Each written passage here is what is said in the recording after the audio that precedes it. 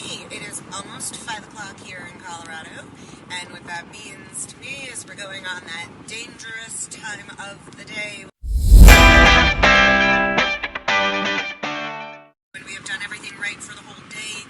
We have crushed it, breakfast, snack, lunch, snack, and then boom, 5 o'clock hits, driving home from work.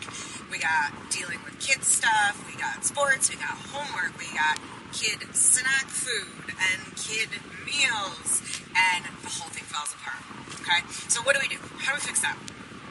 One, if you are driving home and you're already really hungry, that sets up a really bad scene for choosing the wrong stuff when you get home, or worse, choosing something fast food on the way. So, high protein snacks kept in your car, or a high protein snack right when you get home.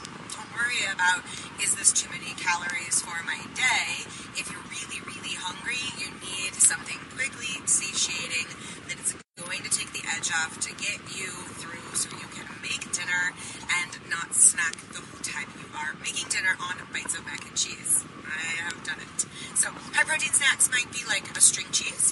It might be a small handful of nuts. It might be a protein shake. It could be a bar, although a bar is going to have a lot of carbs in it as well, so you need to be mindful of that.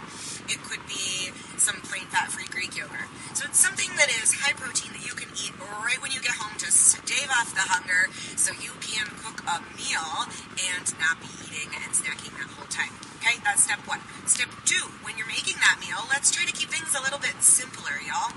Not everything needs to be a recipe. It doesn't need to be Pinterest-worthy. It doesn't need to be a casserole. It doesn't need to be something that is mixed and layers. It can simply be vegetable here, protein here, carbohydrate here, right? Like if you draw a pizza and it's 1/3 of a pizza, other third, like a pie chart, okay? When we keep food really simple like that, you can flavor it differently for different people in your family. I have 2 kiddos. They both have very different tastes, and neither of their tastes are very on point with staying healthy as a 40-year-old woman. So, for example, last night we had broccoli, we had pasta, and we had steak. Now, how did we make that so it worked for me and for my children? Obviously, broccoli good. Theirs had melted cheese on it. Mine had lemon juice. With our pasta, I use a high-protein pasta. They don't know. I have a serving that is sensible and works with everything that I need for the rest of the day. Theirs has butter or Alfredo sauce or something ridiculous all over it. Mine usually has salt and pepper, maybe a little bit of olive oil if I'm feeling crazy. Definitely lemon juice. I put lemon juice on everything, okay? Steak, if I don't eat red meat. If I did, I would just cook a different cut for myself that was a bit healthier than the fatty cuts that my children like, but because I don't eat red meat, I would simply cook a different protein for myself. It is very simple to pop 2 proteins on the grill or in the oven at the same time. So that is step 2 of getting through your evening. Step 1 is have a high protein snack right when you get home or while you're running around to the kids through all of their activities so you don't get crazy hungry. Step 2 is simplify dinner. It doesn't need to be a recipe. I think that you all don't cut yourself enough slack. You sell yourself short in how much you know. You know what's right to eat, and you don't need a recipe. You don't need me as a fit pro to tell you, here, eat this thing and make this thing. Keep it simple. We have a protein, a carbohydrate, and a vegetable. Put different sauces on them. Sometimes I will douse like sugary orange sauce all over my kids' chicken and make it into orange chicken. Of course, my chicken's not like that, right? But you can make the same foods and then get crazy with your seasonings so your children and your spouses are still satisfied while you are doing what you need to do, okay? Step 3, drink a whole bunch of water with your dinner, or if you're out and about, especially as I am right now, I have a water bottle in my car at all times. You have to drink water. A lot of our hunger signals, when we think we are hungry, it is because we are dehydrated. We're thirsty. So step 3 is drink water all through dinner. Step 4. Okay, Jillian Michaels said this like 10 years ago. I heard this. When she's done eating at a restaurant, she pours salt all over her food so she cannot eat more. It's bizarro, right? But that works. And so one way that I see a lot of ladies messing up is that our kids leave food on their plates, right? They wander away. They never eat full meals. And then we go picking at all that stuff. And it's not even that good. It's cold mac and cheese. But we're still standing there eating it, right? I know I'm not alone in doing that. So douse that food in salt or pour water on it. Do something to make their food inedible. So you're not snacking on stuff that you don't even like, okay? There is step 3 of how to get through. So that's step 4. Step 4 of how to get through after work chaos so we can eat right. Because honestly, guys, this is when all the problems occur. We do really well through the whole day. And then we get off work at 5, and between 5 and 10, we have consumed a bajillion calories. We've convinced ourselves that we suck at weight loss. It's definitely not for us. We have no willpower and no self-control. And, man, I guess I'll just start again tomorrow. That's what happens between 5 o'clock and 9 o'clock, right? So step 5. Now it's a couple hours later. Dinner is over. And then we have snacking that happens, okay? So when we start to feel those cravings hit, let's just stop and think for a moment. Am I really hungry? What is it that I really am feeling? Am I bored? Is it habit that I want to go have a snack because my show is on and I'm sitting on the couch and this is the process that I usually do during that time?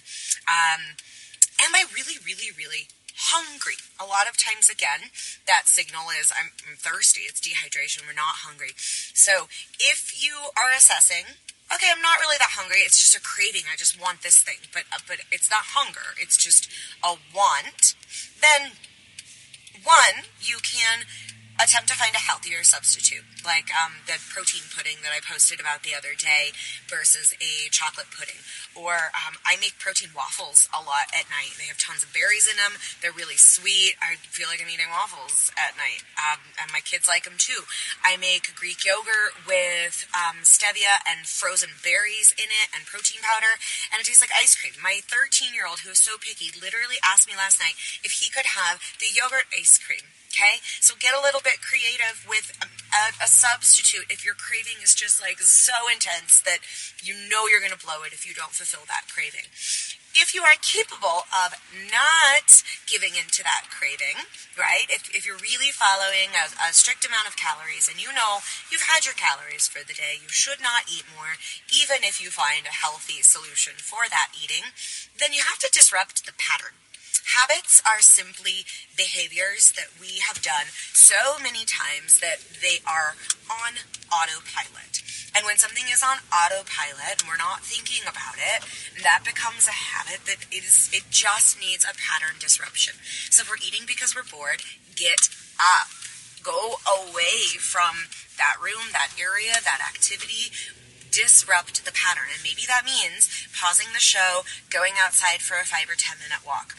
Maybe it means pausing the show and getting down on the floor and stretching for 5 or 10 minutes, or doing some sit-ups for 5 minutes. I promise you, if when you're really having a craving, you stop and you do 5 minutes of sit-ups and you go drink a big glass of water, that craving is going to be gone. Right? So pattern disrupt. And if you pattern disrupt every time you are feeling a craving, then sooner or later you will not be caving to that craving anymore, and you will have created new habits. And that's really the goal of weight loss and finding a fit, healthy lifestyle, is to create new habits so you shift your identity, and none of this is any effort anymore. Okay, so step 1 of how to get by from 5 p.m. to 10 p.m. when we've done really good, stayed on plan all day. Step 1, high protein snack either in the car or when you get home so you can cut the edge off of some of that hunger. Step 2, simplify dinner. Look for ways that you can make all of the same foods and put different sauces on those foods to appease different people.